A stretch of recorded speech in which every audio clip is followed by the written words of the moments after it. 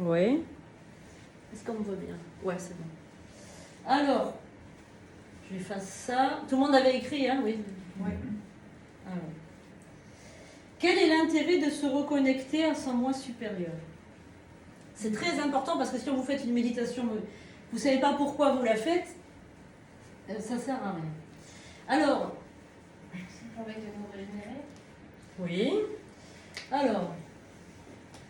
C'est s'ancrer, découvrir la mission que l'âme doit faire. Super. Alors la reconnexion au moi supérieur, elle va être importante pour plusieurs points. Premier point, vous allez... Qu'est-ce qui se passe dans les plans divins? Qu'est-ce qui se passe dans les plans divins? Qu'est-ce qu'on dit quand vous imaginez les plans divins? Qu'est-ce que vous voyez? Imaginez là, fermez les paupières 2 minutes là. Allez, fermez les paupières. On inspire, on souffle.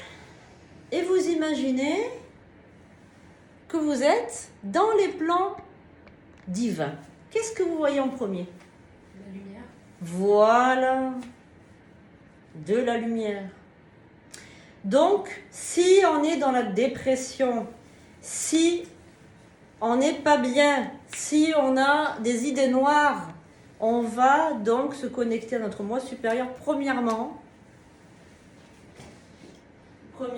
pour la lumière. La lumière qui va donc nous éclairer, on dit la lumière éclaire les ténèbres. Et lorsqu'on est en dépression, eh bien on est dans les ténèbres. D'ailleurs, on le dit, je suis noir. Donc, première des choses pour la lumière. Lorsque vous imaginez les plans divins, qu'est-ce que vous imaginez encore? Deuxièmement, quel est l'intérêt de se reconnecter à son moi supérieur? D'abord, on a la lumière, ensuite on a quoi? Quand vous imaginez les plans divins, vous avez la lumière, vous avez quoi? Pardon? Bien sûr, de l'amour inconditionnel. On dit, ceux qui sont, par exemple, ceux qui sont morts, ils sont revenus à la vie, ils disent oh, j'ai ressenti un amour inconditionnel multiplié par 1 million. D'accord? Donc, l'amour. Troisièmement,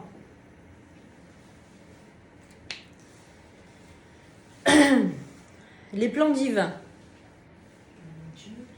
Le Dieu, non? Il y a Dieu. Alors Dieu, on peut le... Dieu n'est qu'amour, hein, on le dit. Mais, alors Dieu, on peut dire l'intelligence infinie, le grand tout. Voilà, on peut l'appeler comme on veut. Mais qu'est-ce qui nous procure l'apaisement, le bien-être. Le bien-être.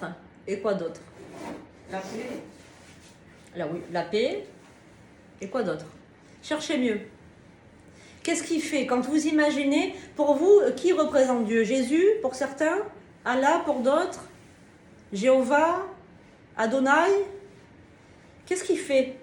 Par exemple, vous allez voir un prêtre, qu'est-ce que vous lui demandez? Le pardon. Le pardon et quoi d'autre? Mais la protection. Oui, et il y a autre chose.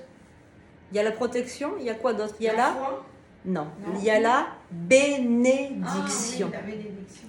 Troisièmement, la bénédiction.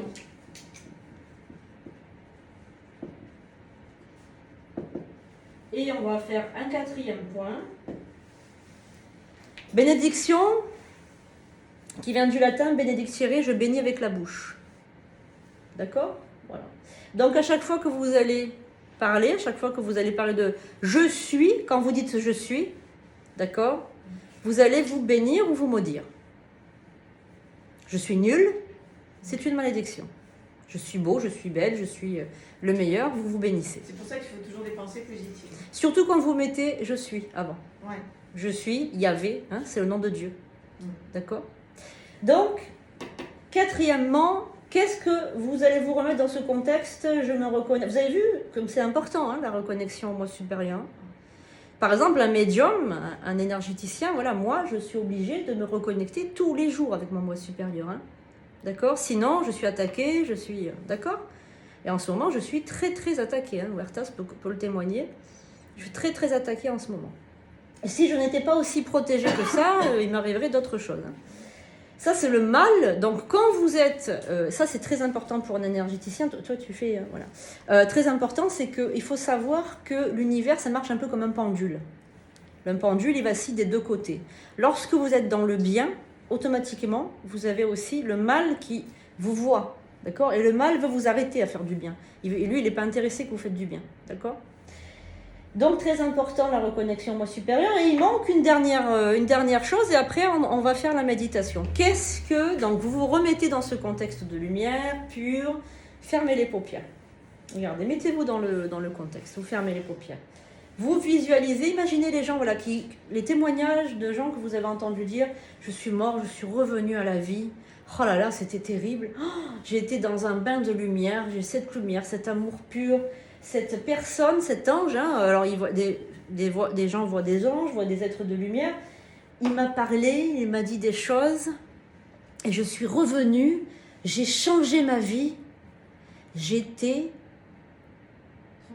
transformée, et quelquefois ils reviennent, et qu'est-ce qu'ils font ? Ils changent de vie, ils écrivent des livres.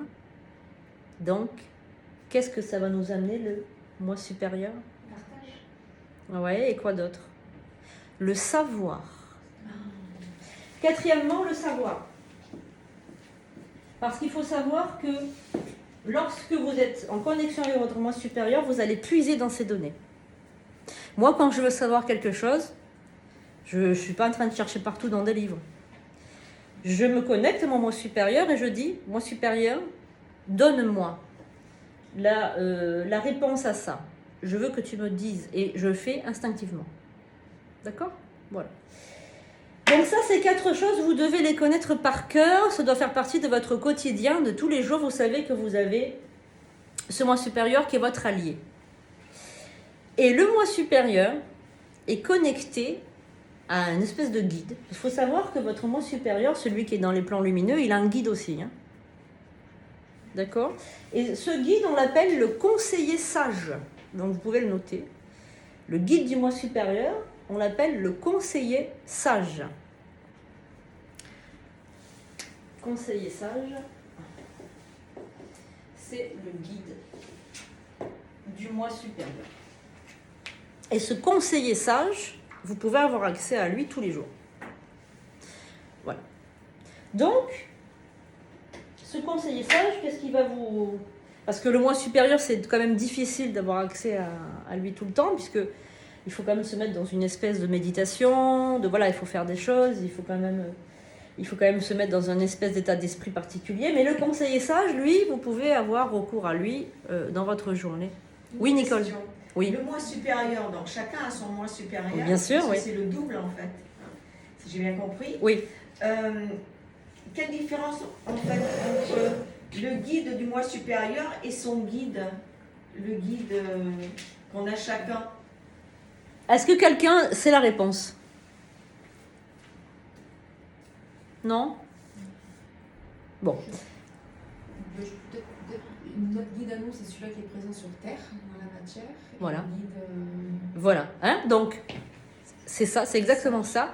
Notre guide à nous, donc on en a plusieurs même, hein, on en a jusqu'à... Moi j'en ai 9, hein, mais on en a plusieurs. Mais on va dire que notre guide principal, donc le guide qui nous est destiné de notre naissance jusqu'à notre mort, et même après notre mort, il est là pour nous guider dans la matière.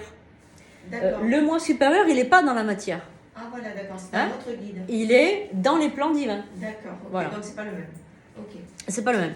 Alors les plans divins, ne vous imaginez pas que c'est dans le ciel. Hein. C'est un plan qui est juste à côté de nous, qui n'est pas très loin.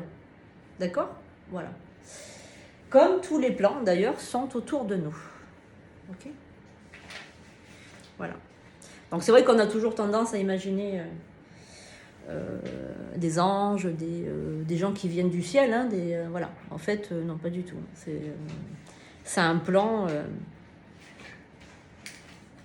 Voilà. Vous pouvez même y accéder en hypnose. Hein.